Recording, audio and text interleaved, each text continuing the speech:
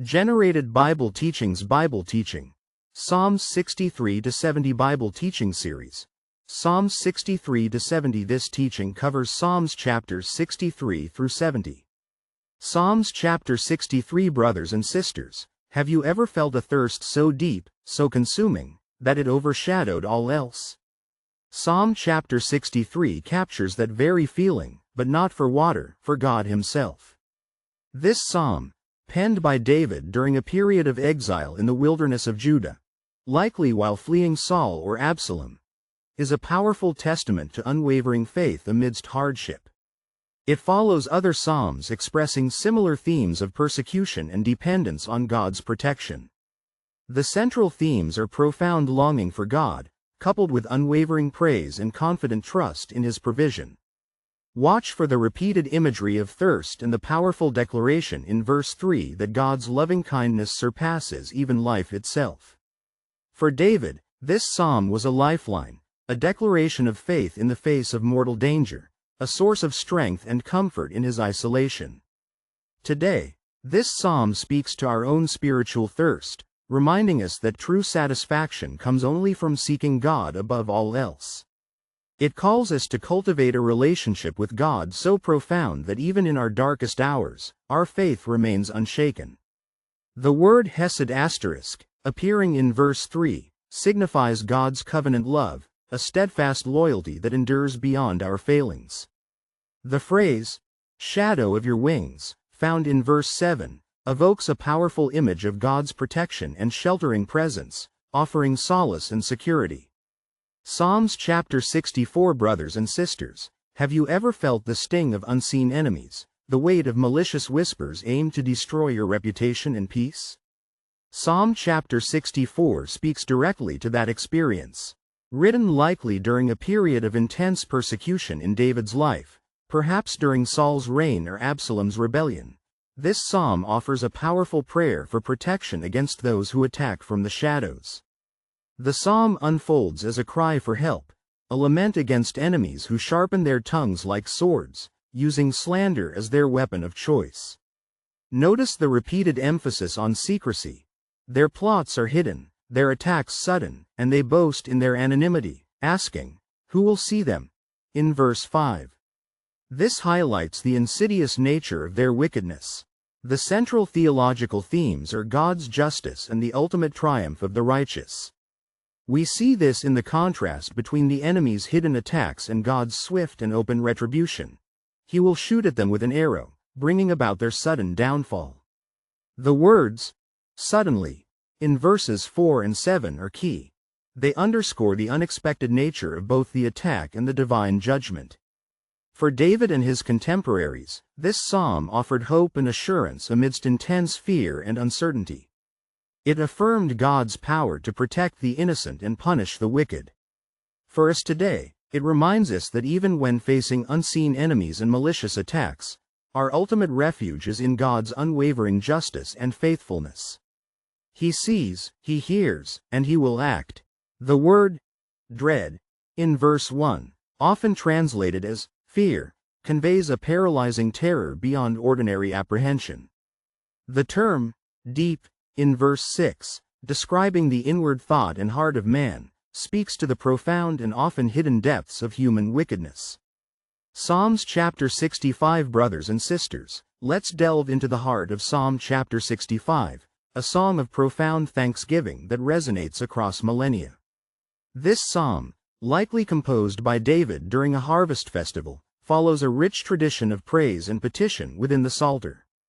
Its context is one of both communal worship and personal reflection. The preceding psalms often express lament or supplication, setting the stage for this exuberant outpouring of gratitude. The psalm's key themes are God's faithfulness, both in forgiving sin. Note the emphasis on atonement in verses 3 and 4, and in providing abundantly for creation. Watch for the recurring motif of water, symbolizing God's life-giving presence and blessing, throughout verses 9 to 13. For David and his contemporaries, this psalm was a powerful affirmation of their covenant relationship with God, a celebration of His provision in the face of hardship, and a communal expression of faith during a time of plenty.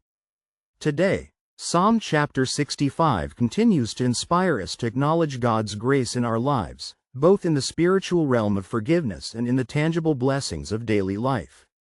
It's a reminder that our worship should be as expansive as God's power and as abundant as His provision.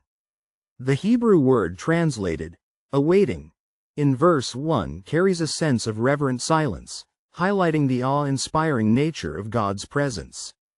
The repeated use of rejoice in verses 8 and 13 underscores the overflowing joy that comes from experiencing God's goodness, both in nature and in our hearts. Psalms chapter 66. Friends, let's delve into the vibrant heart of Psalm chapter 66, a psalm that pulsates with thanksgiving and a resounding call to praise. It's believed to have been written during a time of national crisis, possibly even reflecting the experience of exile, building upon the themes of the preceding psalms.